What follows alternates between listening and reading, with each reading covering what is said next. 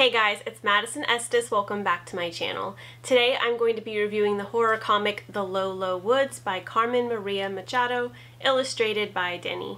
So I had high expectations going into this. This is a Hill House comic, and while Joe Hill was not directly involved in the creation process, I'm assuming he at least gave it his nod of approval. Why he did that, I have no clue, because honestly I thought this was a bit of a clusterfuck. But I just want to add that as the story went on, I continued to lower and lower my expectations, and yet at the end of the story, I still managed to be quite disappointed. Also, this story revolves around SA, so if that is something that bothers you, please leave now. This is about two girls that wake up in a movie theater. They passed out for several hours. They don't know what happened to them during that time, even though one of them wakes up with her underwear inside out, so I think you can kind of figure out what happened to her. They run around town trying to figure out what's going on. They're running away from monsters, and they end up coming across a witch who kind of just explains everything to them. It takes an entire chapter and a good portion of the comic for her to do that, but she goes back and explains the town's history, and she explains about Roofie River, which makes girls pass out. Apparently the whole town knows about it, or some of the town knows about it. Maybe just the men do, and they use it to take advantage of the women. I don't know. It doesn't really make a lot of sense, but not a lot of things in this story do. So that's pretty much the big mystery, and that's pretty much the entire plot of the story. So one of the things that I really liked about this comic is the way that some of the monsters looked. Some of them looked really cool. That's probably the best thing I can say about this comic. There is an interesting coming-of-age theme in this, both in terms of the loss of innocence and realizing that the world is out to get you, or in the words of Stephen King, the world has teeth and it can choose to bite you with them at any time. But also in terms of these characters trying to figure out what it is that they want to do with their lives after they graduate. One of them is determined to graduate and leave town, and the other one just sort of seems resigned to staying in this really depressing, dying town that both of them admit is a really awful place. The characters fight over it, and then they eventually make up, and it's a nice, normal conflict that is resolved by the end of the story. It's probably the part of the comic that I enjoyed the most, just because it felt like it had, a clear beginning, middle, and end, and it didn't have a bunch of, convoluted stuff surrounding it. Although it is kind of difficult to, think about this coming-of-age story in comparison to the supernatural story of sexual exploitation that, most of the story revolves around. I enjoyed that story, but I just didn't really feel like it connected with the main storyline.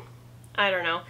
Sometimes I can really enjoy the juxtaposition of normal, I wouldn't say child conflict, but let's just say normal interpersonal conflict with, big supernatural events, but in this case it just didn't work for me. Also, there's a really interesting subplot about a character named V who has a black hole that appears inside of her every time she gets really emotional. It's a really cool concept that I think could have been an interesting story by itself. And looking back on it, I'm trying to see if it was meant to be like a metaphor for something, because her mother had it too, so I'm like, is it supposed to be a metaphor for genetic depression? Maybe for the way that, you can lose yourself inside your emotions? I don't know. I'm not sure, what it meant, if it meant anything at all. It kind of seemed pointless to me, although it does pop up again at the very end of the story in a very blink and you'll miss it kind of way.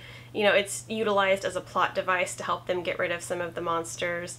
Although it was really confusing to me because at first the way she explained it, it sounded like it only showed up when she was really, really happy, and she wasn't happy by the end of the story. She seemed devastated. So I'm guessing that, whatever powers this black hole, it's good or bad emotions, as long as it's a strong emotion.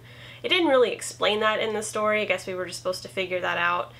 So I was initially a bit confused, but ultimately I guess it does kind of make sense as long as you make the assumption that it's a really powerful emotion, that controls the black hole. But either way, the way it just conveniently kind of pops up at the end to help them get rid of some of the monsters, even though it was barely addressed earlier in the story, I don't know, it just kind of felt like half-hearted writing to me.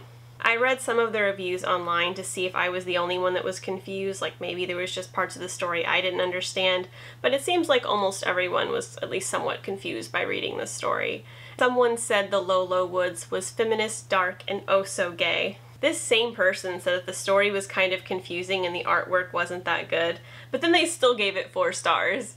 It's just really funny to me. I know my rating system doesn't always make sense to other people. I've definitely rated some things a bit higher than I think other people would think I would rate them, just because I have so many complaints.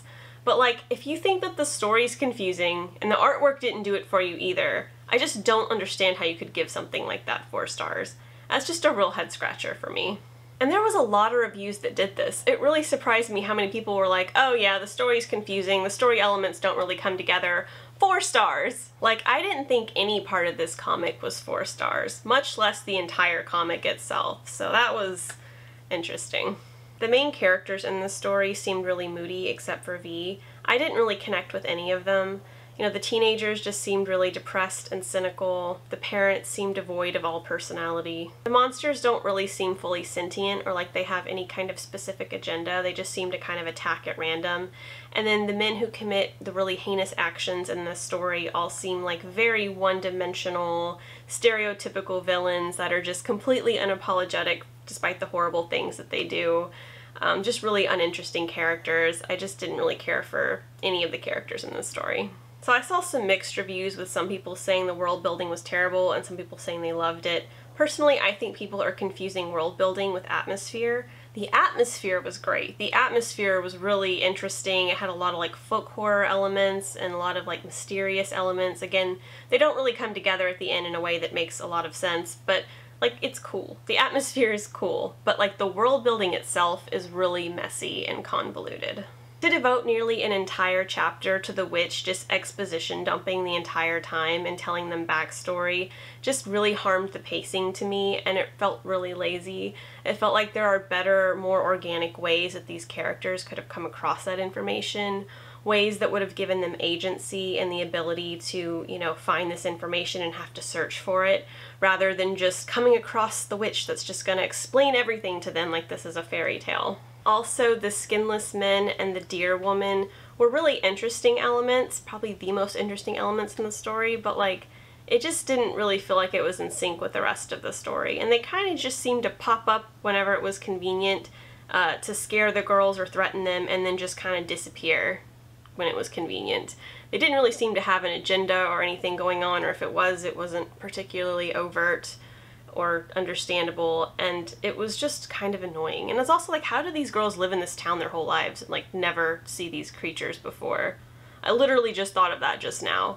Kind of weird, but not like in a way that, you know, causes me to be interested and, oh, it's so mysterious. More like in a, that's another plot hole that really could have used some explaining. I guess because they hadn't been roofied yet. I guess the monsters only appear after that's happened to you. But that would have been something that should have been explained in the story, I think, because otherwise it just kind of feels like a big plot hole. Overall, I was just really hoping that all of these story elements would come together in a way that felt cohesive, and honestly, by the time I got to the end of the story, I didn't feel that at all. I didn't feel like the story was really satisfying or cathartic in a major way, and I didn't feel like all of the story elements made sense. Overall, I give the story itself 2 out of 5 stars. On to the artwork. Now, some of the illustrations in this are really good. I would even say 3 and 4 stars, but unfortunately the work is not consistently good. A lot of the times it feels half-finished or like the illustrations were very rushed. I understand that that might be the style in some cases, but in other cases it really felt like they were just hurrying. And even if it is an intentional style to have artwork that looks half-finished sometimes, I didn't care for it. I really thought that it was confusing at times. There were seriously times when I would stare at the comic like it was, you know, hieroglyphics, trying to understand what was going on. Like, I literally got confused in the story because some of the artwork was just almost half-finished, you know? It just wasn't very clear what was going on at times. And I feel like more than anything as an illustrator, your biggest job is to make sure that the reader understands what's happening at all times. It's not always possible, but, you know, I feel like in this case it could have been achievable, particularly if there was more detail in some of these pictures. Aside from some of the cool monster illustrations, which were really few and far between, I felt like the illustrations as a whole was about 1.5 stars. Now, the coloring was really good. Tamra Bonvillain did a really good job. I felt like the coloring was varied enough to stay interesting, but it still felt logical considering the setting. I feel like the coloring makes this artwork somewhat decent, so I would give the coloring 3 out of 5 stars, bringing the artwork as a whole to 2 stars. So overall, I give The Low, Low Woods a low score of 2 out of 5 stars.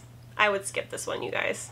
If you enjoyed this video, please give it a like and be sure to subscribe. On this channel, I post reviews, writing advice, horror commentary, and vlogs. Thanks so much for watching. I'll see you later.